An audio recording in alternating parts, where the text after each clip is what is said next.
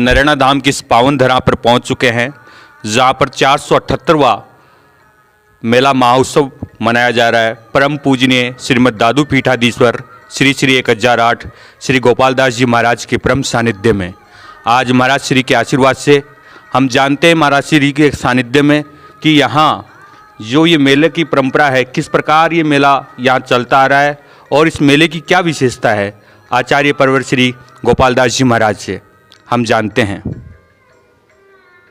सज्जनों, दादू जी महाराज के अवतारों उपलक्ष्य में ये मेला आयोजन होता है और उस अवतारोत्सव में भाग लेने के लिए देश विदेश से भी यात्री आते रहते हैं और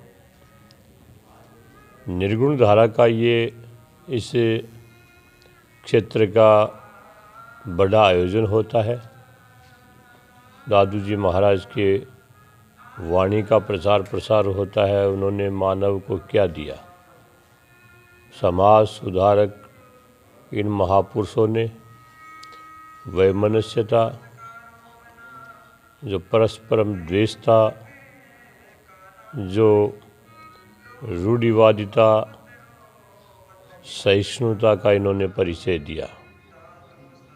जो संतों की वाणी को नित्य प्रति अध्ययन करता है, उस मानव के अंतःकरण में कटुता लवलेश मात्र भी नहीं रहती। मानवीय गुणों का ही विस्तार होता है। दादू जी महाराज जैसे महान पुरुष ने 16वीं शताब्दी में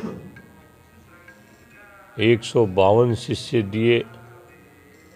उन 152 में 52 शिष्यों का ये परंपरा चली, थांबे चले और 52 शिष्यों में भी 43 ज्ञानी शिष्य हैं और इन ज्ञानी शिष्यों की वाणी मौजूद है,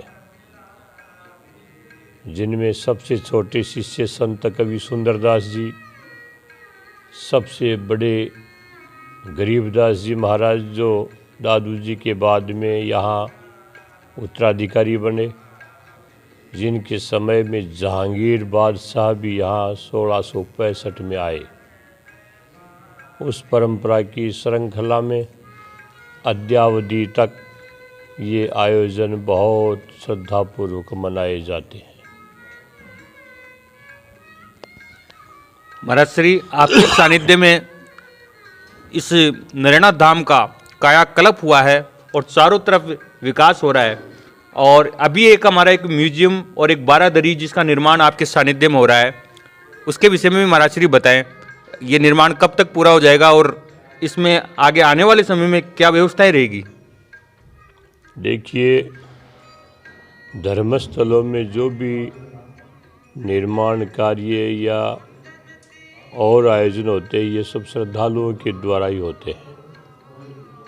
किसी भी धर्मस्थल में फैक्ट्रियां नहीं होती है, ये जनता जनार्दन की श्रद्धा की फैक्ट्रियां होती है और उसी के अंतर्गत यहाँ दादू द्वारा नरैना में एक बहुत भव्य भवन बनने जा रहा है, जिसके निचली मंजिल में संत साहित्य व कला प्रदर्शनी रहेगी।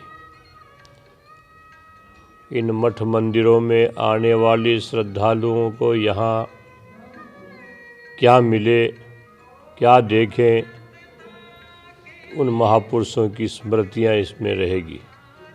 संतों की वाणी मौजूद रहेगी, संतों के कार्य में लिए हुए अवशेष यहाँ मौजूद मिलेंगे। उस समय 300-400 साल पहले कैसे बर्तन होते थे वो मिलेंगे। पुराने हस्त की लिखित ग्रंथ एवं फोटोएं मिलेगी कि कला उस समय भी मौजूद थी। लेकिन सज्जनों, पहले वाली कला जो थी वो सब कर्मनिष्ठ थी, हाथ से सब कार्य होता था, मनोनियोग से सब कार्य होता था। अन्यथा संतों की वाणी को ही देख करके आप अंदाज़ा लगा लेंगे कि कितनी कर्मशीलता उन महापुरुषों में थी, कर्तव्य निष्ठता कितनी थी, कितनी एकाग्र चित्त की वृत्ति उन महापुरुषों की थी। ये सब बढ़ने के बाद में जब आप दर्शन करेंगे तो ही उसकी वास्तविक अनुभूति होगी। बहुत ही महाराज श्री ने अच्छी बातें बताई और आने वाले विकास के विषय में भी बताया। एक छोटा सा और सवाल है महाराज श्री से, इस मेले पर देश भर में और देश भर से श्रद्धालु यहाँ आएंगे और सबकी इच्छा होती है, कई श्रद्धालु यहाँ नहीं पहुँच पाएंगे, उन सभी के लिए आपका आशीर्वाद भी आप उन्हें प्रदान करें ताकि ये इस मेले के अवसर पर उन सब तक ये आशीर्वाद आपका पहुँचे। दादू जी महाराज के इस अवतारोत्सव के उपलक्ष्य में जो भी श्रद्धालु आए हैं उनको तो आशीर्वाद है ही, लेकिन जो नहीं आ सके उनको भी उनकी भावना यहाँ पहुँचती है उन गुरु चरणों में, उनको भी बहुत बहुत साधुवाद है। और संगत का ही ये प्रतिफल होता है, इसीलिए संतों की वाणी हमें निर्देशित करती है, संगत कीजिए साधु की नहीं नुगरा को काम, नुगरा ले जावे नरक में साधु मिलावे राम। ये महापुरुषों के स्थान है, यहाँ वाणी पूजा होती है। और सज्जनों, जिन महापुरुषों ने भी वाणी दी है वो अनुभव की वाणी कहलाती है। इसलिए महात्मा दादू दयाल के 5 शिष्य मुस्लिम हैं। उन शिष्यों में रज्जब जैसे महापुरुष अपनी वाणी में फरमाते हैं, चारों वेद ढिंढोर के अंत कहेगा राम, सो रज्जब पहले कहे इतना न सो ही काम। चारों वेदों को पढ़ा करके लास्ट में आखिर में राम राम का ही मिलता है।